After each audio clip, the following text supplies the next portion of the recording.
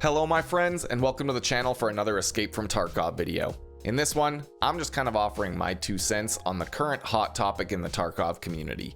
Recoil, the current recoil system, our rose-tinted glasses perspective on old systems in Tarkov, and how varying expectations from across the community can lead to conflict over things that nobody really has the power to change. This isn't intended to call anyone out or add fuel to the fire, but this is a hot topic right now in content creator circles, and just like everyone else, I have my own perspective on the matter. To make a long story short, part of the Tarkov community has been on a crusade for a little bit now to change the recoil system in Tarkov, and in a lot of cases, the idea presented is to simply revert the recoil system back to how it worked before the 12.12 patch, which was the patch that completely changed the logic of how the recoil system works in Tarkov.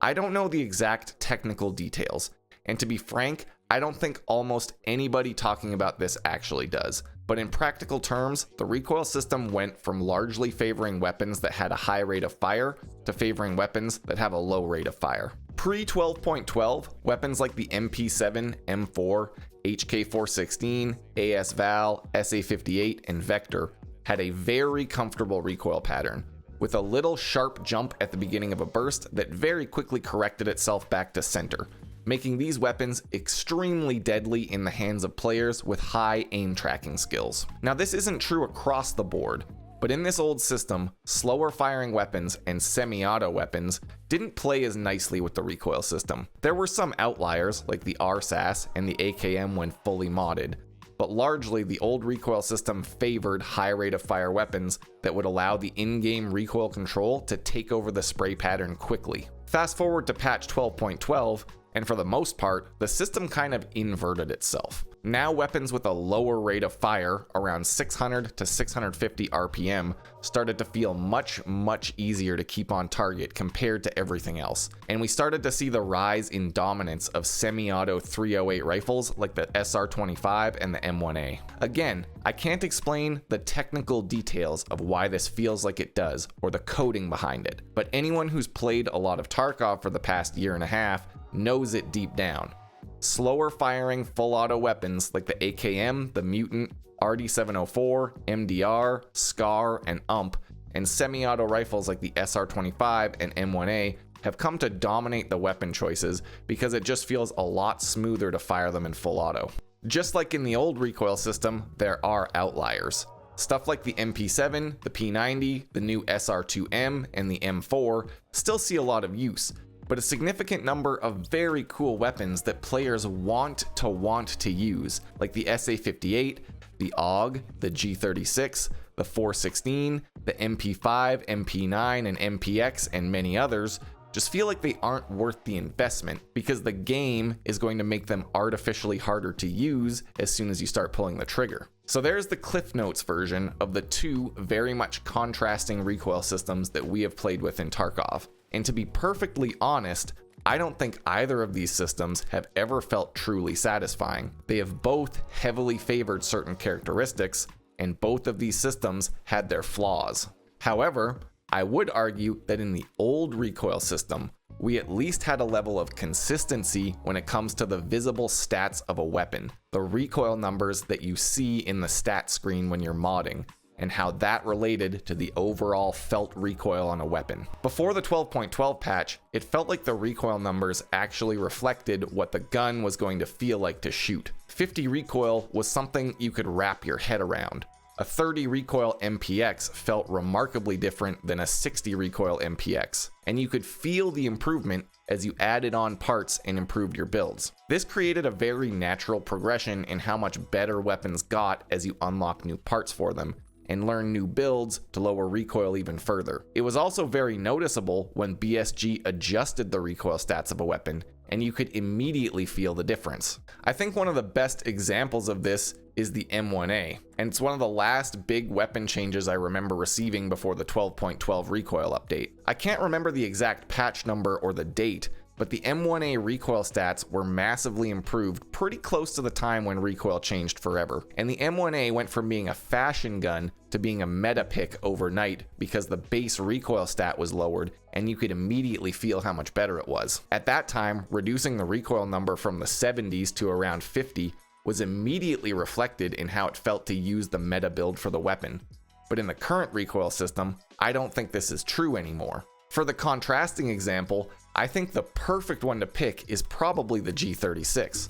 The G36 was added last wipe, and it was basically immediately written off as a viable weapon because it simply is not satisfying to shoot in full auto, no matter what you do to it. Whether it has no mods or a full build, the recoil is just frustrating on the G36. It bounces everywhere, and no amount of attachments fixes that. BSG even buffed the visible recoil number multiple times, and changed the camera recoil stats, and it still is just not satisfying to shoot, even with the best possible attachments. This holds true for other weapons as well. An M4 with under 40 recoil on the stats page feels like it bounces way more than an AKM with 60 recoil in the stats page. A P90 with under 30 recoil feels like it can bounce just as much as an M1A with 50 recoil. For over a year now, it's felt like the recoil stats on our guns don't reflect anything, and I think that is a pretty awkward situation to be in for a game that's kind of carried by its weapon modding system and the breathtaking array of weapons and attachments at our disposal. So with that laid out, I think it's fair to say that both recoil systems we've experienced in Tarkov had their problems, but the old recoil system felt like it much more accurately reflected the stats of any given weapon. If you could set up a full build on something that got the visible recoil statistic to a lower number, that was reflected in how it felt to shoot the weapon. Now that isn't to say it was perfect. In the old system, there was an inherent bias towards weapons that had a higher number of interchangeable parts, because every single part you upgraded added a percentage of recoil reduction, and weapons like the M4, the 416, SA58, and MPX became god tier because you could replace 7 or more parts with better options that each had a stacking recoil reduction. This compounded over time as well, since with every new patch, there was another suppressor or another stock or handguard with better recoil stats, which kept pushing certain weapons a couple more percentage points closer to being zero recoil laser beams. All this is to say that while in many respects I do agree that the old recoil system felt better on average for a larger amount of weapons, I do still think that simply reverting to the old recoil system isn't going to be the magic bullet solution that a lot of people think it is. At the time of these old recoil systems, Tarkov players on average also had a lot more mobility, and these were the dreaded days of the 80-80 corner strafe desync abuse era. With that extra mobility, low recoil, high rate of fire, high magazine capacity weapons were an obvious choice, because they paired very well with the W key meta. Tarkov has slowed down since then.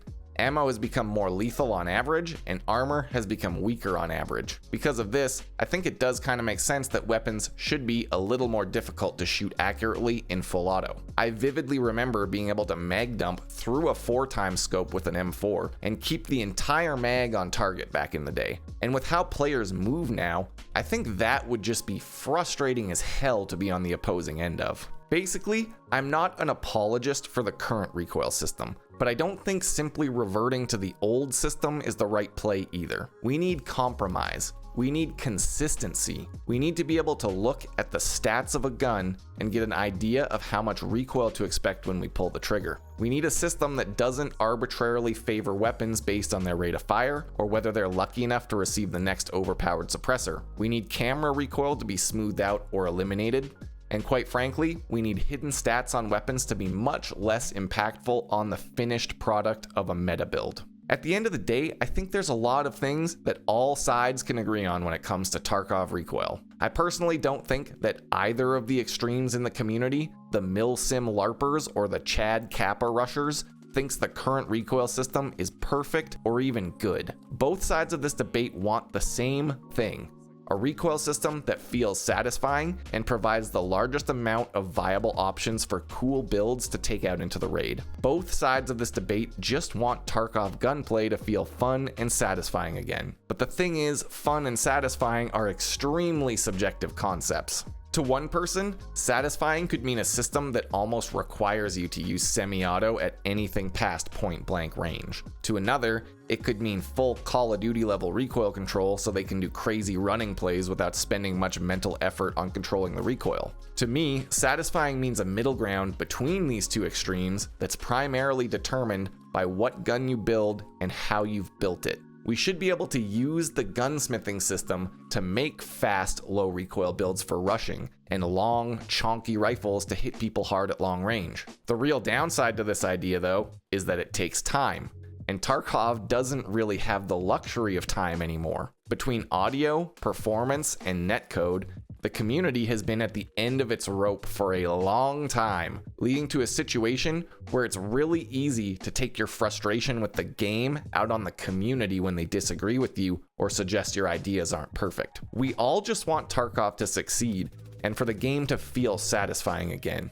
Even when we violently disagree with each other, in the end, we're all just venting our own widely varying opinions and frustrations out to the public. When it's all said and done, it's also Battlestate's game, and sometimes I think people really don't understand that Nikita and the team are trying to make their game. They're not making our game. They're not making the game for any one person or part of the community. They're not making a designed by committee project. They are making their game, Escape from Tarkov. I don't say this as an excuse for them, because when it comes to Recoil and a lot of other things, I think I've already made it clear that most Tarkov players aren't super satisfied with how a lot of things feel right now. But Recoil is just one complex system in a game with 100 complex systems. And asking BSG to just flip a switch and revert to a recoil system that is over a year outdated at this point is probably not a realistic request. That's all I have to ramble on about today, so let me know what you think down in the comments. Was old Tarkov Recoil really that amazing, or do we have rose-tinted glasses when we look back? What are your core frustrations with the game's current recoil system? What do you think are some reasonable steps to fix the community's issues? Thanks for watching the video. I've got links to my Twitch stream and Discord server down below for anyone interested. And until next time, stay safe in Tarkov City.